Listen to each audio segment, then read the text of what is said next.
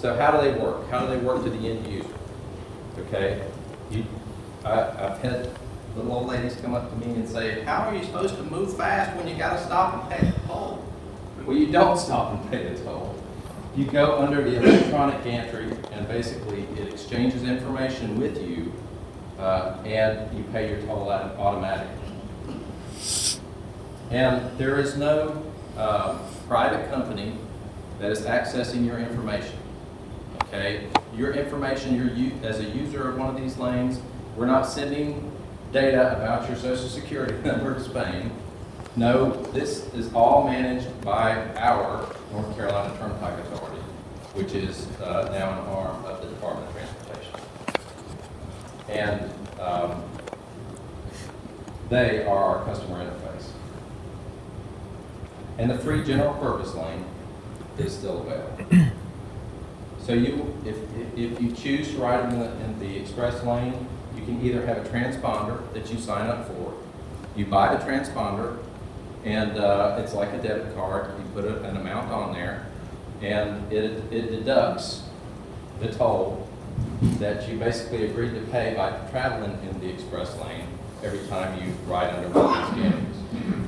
Or if you can choose not to buy a transponder, but use the toll lanes, and you might do this if you use them very occasionally, and you will be billed by mail. A bill will be sent to you in the mail, and you will pay a little higher rate because of the additional cost it will take to collect that toll. So, moving on specifically to I-485. As Rob mentioned, the project is a 17-mile-long project. It is from I-77 in the south over to US 74 in the east. Okay, it is one express lane in each direction. And when the project is finished, at any time of day, any day of year, you will be able to move from one end to the other in 15 to 20 minutes. If you pay for it. And so, because you can do that at any time, you have that travel time reliability. I mean, think about In it. that one lane. We all experience peaks and valleys in the time it takes us to get from point A to point B. Okay? Sometimes it takes 20 minutes to get through this corridor. Sometimes it takes 40 minutes to get through this corridor. But if you need to make an appointment, if you need to catch a plane, if you need to pick up your kids at daycare at a specific time, you can choose to use the express lane and pay the toll, yes, pay the toll, but get there in a reliable trip time. Don't have to leave 20 minutes early, don't have to leave 30 minutes early. You can leave when you know you'll get there on time.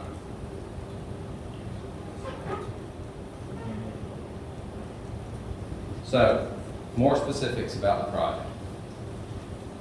From I-77 to Rea Road, you already have basically this cross-section.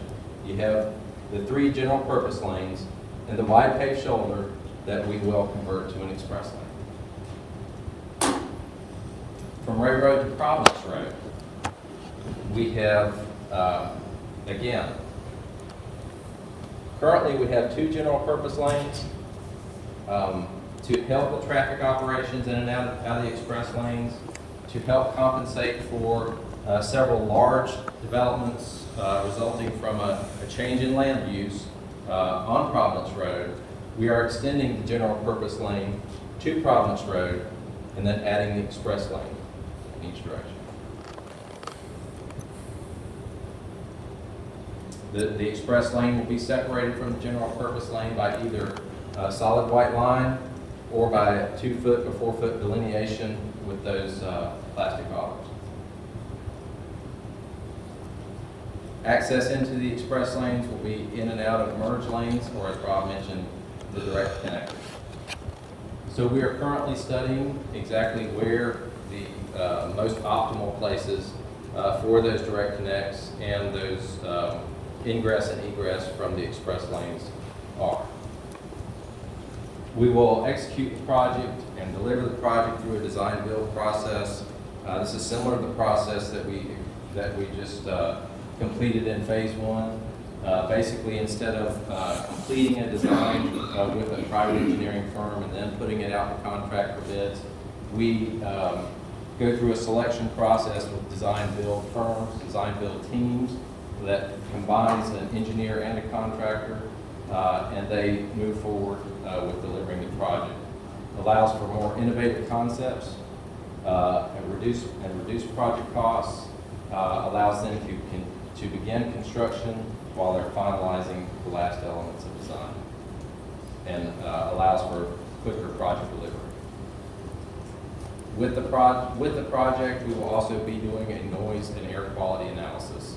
And in those locations where there are businesses or homes along the corridor that will experience a dramatic increase in noise, as illustrated by our modeling, we will be looking at adding noise walls to those locations. The project cost is $202.9 million. There's not any multiplier of that. That is the project cost. That is what's funded in the Transportation Improvement Program. $201 million of that is for project construction, and then a small 1.6 million, small percentage-wise, is for right-of-way. Obviously, we're using the median, the grassy median that we have, the wide-band. So there's not a big cost for right-of-way. This project is not a public-private partnership project. It is not a public-private partnership project. It is a project that NCDOT will build with a design-build team, and the Turnpike Authority will operate. Project schedule. We had our first project-specific public meeting. That was part of the environmental process that we undertake. But we've been talking about the project with the area for the last 5 years, and have had regular meetings at the Valentine Breakfast Club and other locations where we briefed folks on the project and what was coming. We are completing the environmental process, and we'll have a second public meeting in the next couple of months. Complete the environmental studies in probably early to late spring, and then begin the design-build process. Award a contract to a design-build team likely in July of this year. And as I said, that is a design-build process, so you award a contract, and the design-build team takes from a conceptual design to a final design, usually takes about 9 months. So from July, it'll be next spring before project construction begins, and likely wrap up the project 2 or maybe a little over 2 years later. So this is our web page. Rob has visited this web page, obviously, gleaned some information from it. Or if you don't want to get on the web and look at what we've got there, you can also leave your comments on our hotline for the project. Thank you. Okay, that was